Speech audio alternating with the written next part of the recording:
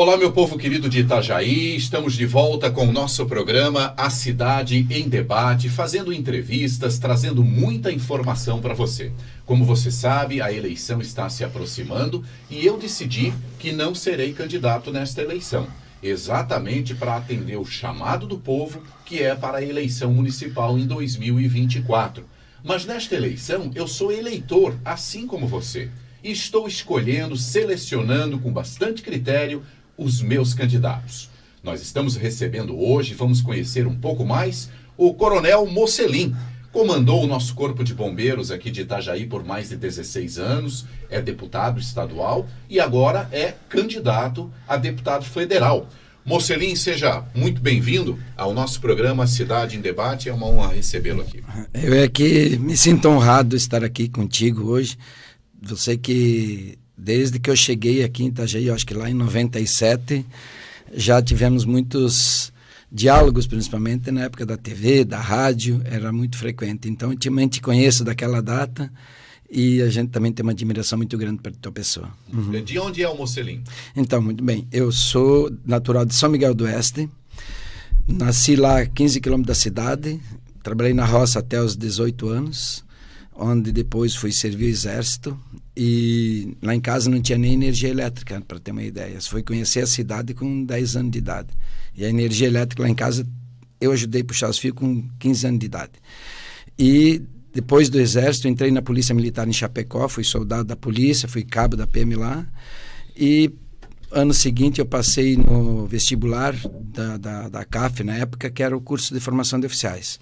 Aí eu fiz a Academia de Polícia Militar e em 86 eu me formei e fui trabalhar no grupamento de busca e salvamento em Florianópolis, onde eu trabalhei 11 anos com praias, né?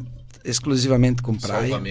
Salvamento aquático. Então a gente fazia todo o serviço de salvamento no litoral e, claro, tirava serviço de socorro, né? De combate a incêndio, atendimento de pré-hospitalar e tudo mais. Coordenei o serviço de praia por 32 anos, né? Então eu fui coordenador de serviço, fui presidente da Sociedade Brasileira de Salvamento Aquático.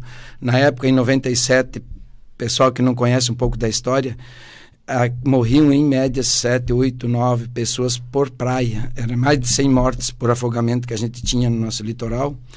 E é onde eu fui pedir mais efetivo para o Corpo de Bombeiros, para o comandante-geral, mais efetivo de guarda-vidas, porque na época era tudo militar que trabalhava na praia. Aí ele me disse que ele não tinha de onde tirar e eu tinha que me virar com os guarda-vidas que eu tinha. Foi onde eu procurei os prefeitos da ANFRE aqui, inclusive São Francisco, Itapoá, Barra do Sul, Barra Velha. E eu disse para eles, olha, eu formo, coordeno, fiscalizo os guarda-vidas e a prefeitura paga. E naquele período nós começamos a colocar guarda-vidas civil, inclusive com resistência do efetivo interno, que achava que ia perder o serviço de praia, os militares iam perder. E foi pelo contrário, ano a ano a gente foi melhorando a quantidade, aumentando a quantidade de guarda-vida e melhorando a qualidade do serviço. Tanto é que hoje nós trabalhamos com mais de 2.000 guarda-vidas, quase 2.500 guarda-vidas em todo o litoral, e eu sempre acompanhei a formação desse pessoal e o serviço no dia a dia. Muito bem. Aí Mocelin veio, comandou o Corpo de Bombeiros aqui, implantou a sua gestão, o seu estilo de trabalho e aí se fixou por aqui, né?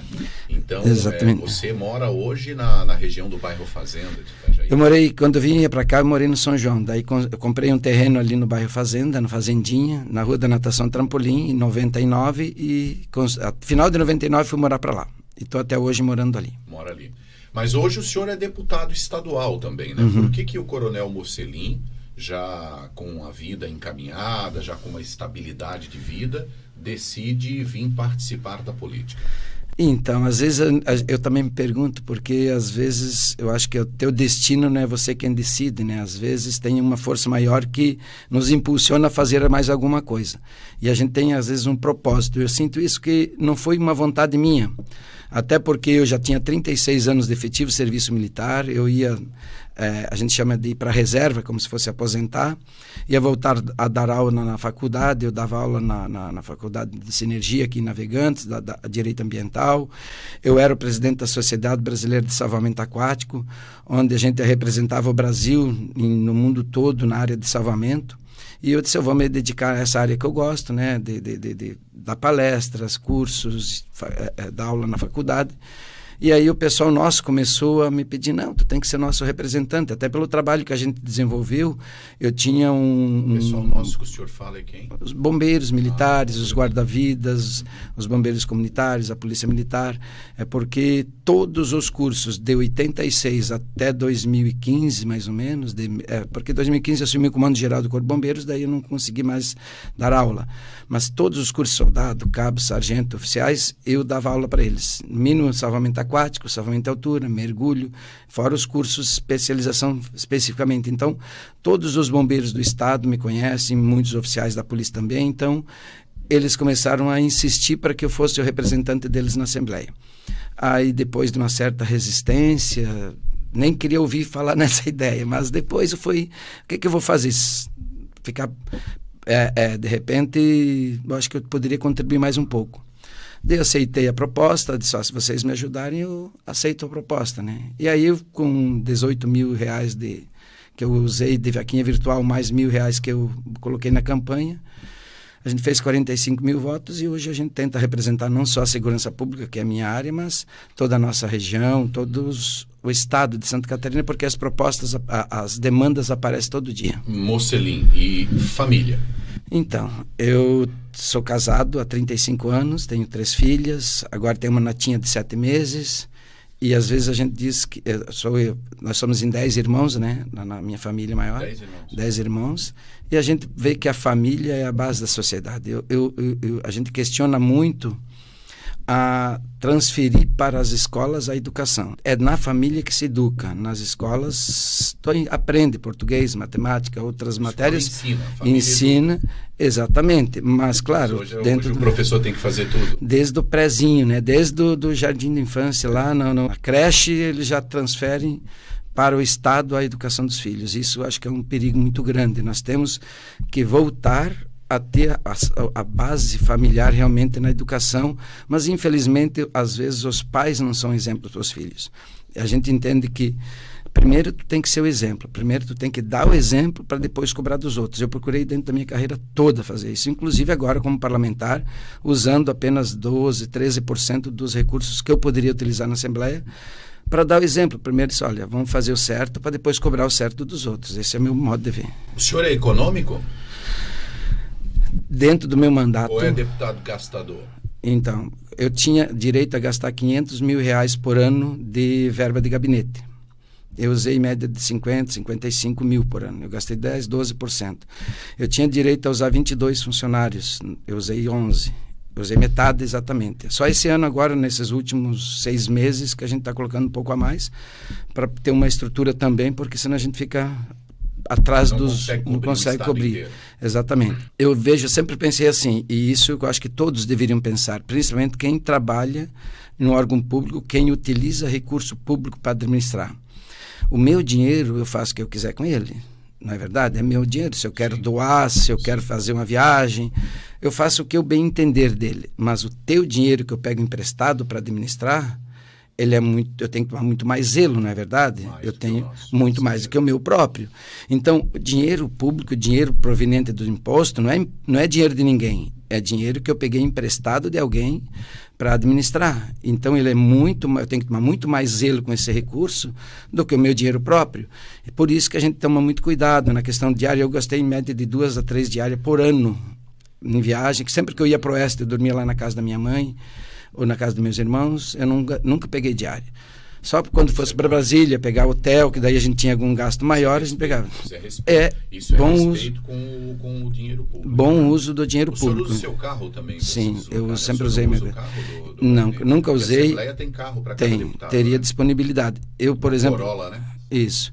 Mesmo como comandante-geral, eu tinha direito de um veículo me pegar em casa, me levar para o serviço, eu nunca fiz isso.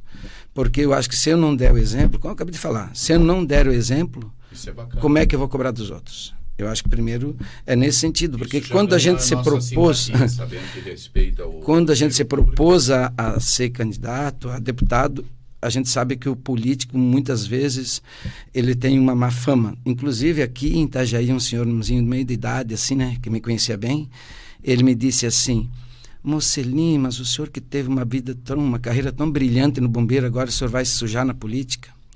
É a visão. Daí eu disse para ele assim, para que o mal prospere, basta as pessoas de bem ficarem em silêncio. Eu tenho falado isso sempre, né? Que coisa então, boa de ti.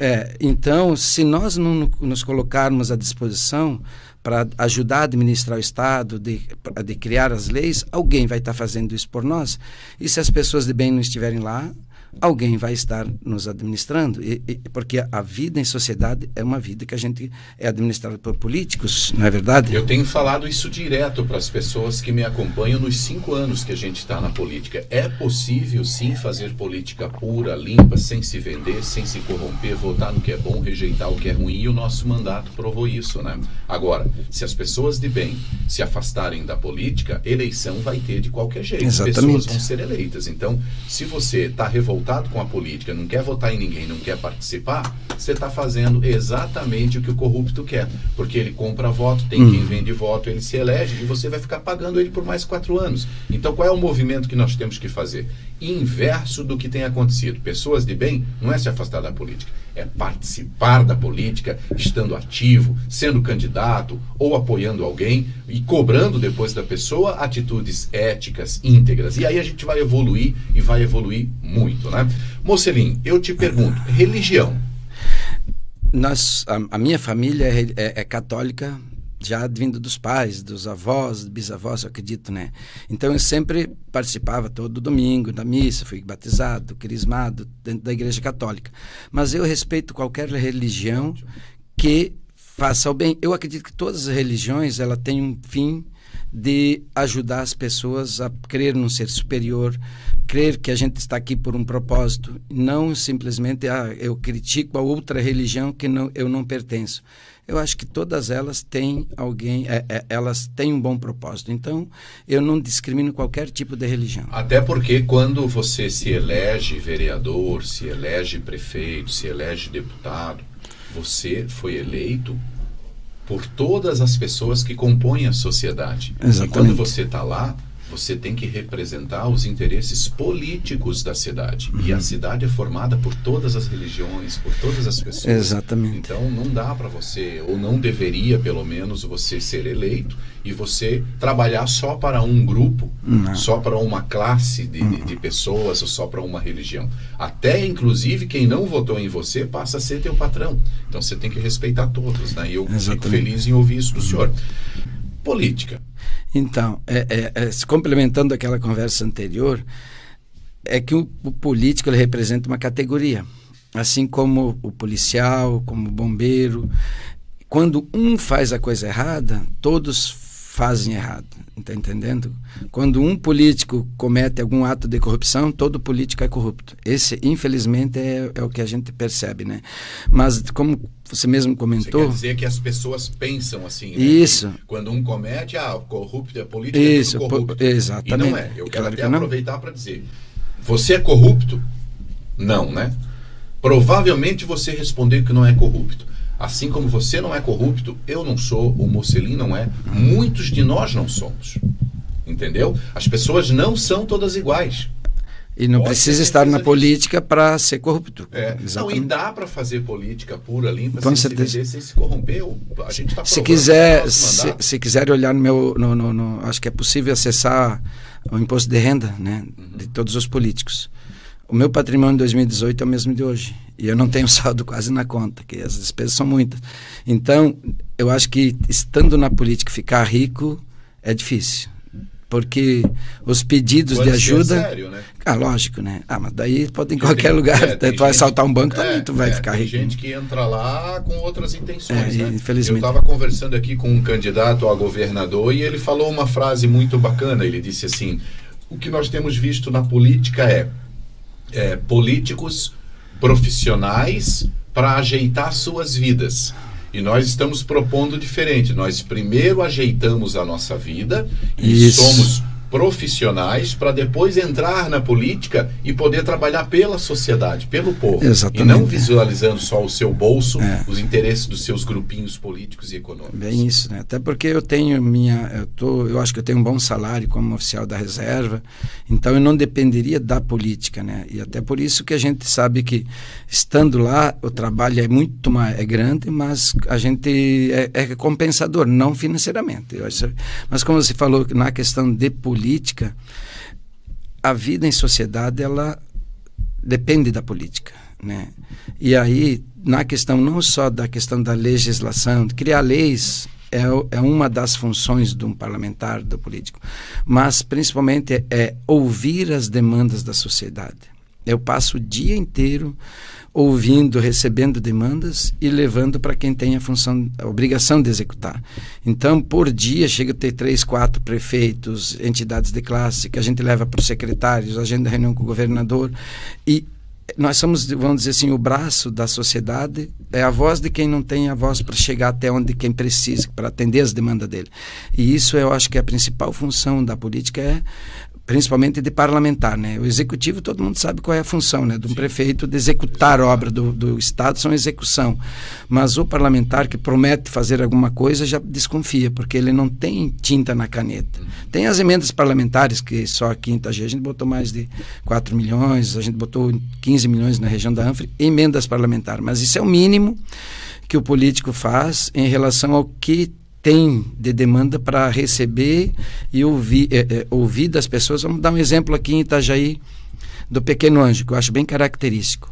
O professor Sequinel me procurou lá em 2019, reitor da Univale, e o Felipe, que era o administrador do Pequeno Anjo. Eles disseram assim, nós vamos ter que fechar o hospital se nós não tivermos fôlego, não tivermos recursos para nos manter, porque o déficit mensal era em torno de R$700 mil. E aí eles me mostraram todas as pendências que tinham e que o que eles recebiam não atendiam a demanda. Aí levei até o secretário de saúde, levei até o governador, e aí nós começamos a ver o que era possível ser feito. Então, que ele tem da política hospitalar catarinense, no nível 2, vamos dizer assim, ele recebia em torno de 80 mil por mês. E nós conseguimos provar que o hospital atendia podendo alcançar o nível 3, passando a receber 450 mil por mês. Já deu um fôlego para ele, nós colocamos aí 1,5 milhão de emendas, que a gente tinha, tudo que eu tinha, a gente passou ali para dar o fôlego, e hoje ele está de portas abertas, conseguiu se ampliar e trabalhar. Se não tem alguém para receber essa demanda e levar para quem tem obrigação, e principalmente pelos contatos. Então, muitos prefeitos, inclusive de outros partidos, me procuram, porque sabem que eu tenho acesso ao secretário de saúde, que hoje é meu compadre, padrinho da minha filha. Não é benefícios próprios, mas é facilidade de comunicação. O secretário de infraestrutura é um profissional que trabalha comigo, o secretário de administração é um oficial nosso, o próprio governador, trabalhamos junto há 30 anos, facilita bastante chegar até ele as demandas, porque quando só critica, tu não consegue nem receber pelo parlamentar. Então, isso que eu digo, eu acho que é saber fazer a arte de conversar, de dialogar e de fazer as demandas chegarem até quem precisa executar. Mocelin, agora, por exemplo, o senhor é deputado estadual, mas está concorrendo a deputado federal. Uhum. Como é que é essa mudança de sair de deputado estadual para deputado federal? Porque a campanha de deputado estadual, ela comparada com federal, ela é mais fácil, você precisa ter menos votos para se reeleger. Exatamente, bem mas menos. O senhor não quer se reeleger deputado estadual, o senhor quer ir para deputado federal, para Brasília. Isso. Por quê? Então, já em 2018, as categorias da segurança pública queriam um representante no Congresso Nacional. E eu disse que naquela época eu sairia estadual, mas que na próxima eu poderia sair a federal. Acho que o dia depois de eu estar eleito, eles já vieram me procurar. Agora tem que ser o nosso representante lá no Congresso Nacional, um representante da segurança pública de Santa Catarina. E eu disse que ia aceitar esse desafio e comecei a trabalhar, então, com possíveis candidatos a estadual, que dobrem comigo, porque o cabo eleitoral, vamos dizer assim, do federal são os deputados estaduais. Então, daí eu procurei um partido que tivesse mais probabilidade de eleição, né? E os republicanos hoje, eu sou o único deputado com mandato no partido, eu acredito que com certeza nós fizemos, um deputado federal a gente faz, até para entender, porque tem muitos partidos que não vai alcançar a legenda, que tem que fazer 230 mil votos, mais ou menos, para fazer um deputado federal. Só o partido, só os candidatos do partido. Então, acho que nós temos, se não me engano, mais de 30 partidos hoje no Estado, no Brasil. Eu acredito que em torno de 20, pelo menos, vai ficar sem nenhum deputado federal, né? Então, os votos que forem para esses partidos vão ser anulados. Então, eu precisei procurar um partido que não tivesse muita concorrência e um partido que... Confiabilidade, um partido de direita. Minha ideologia, né, que é um partido cristão, conservador e de direita. É uma das ideologias que a gente tem. E aí, preserva a família, preserva... Então, é um partido que não tem rejeição.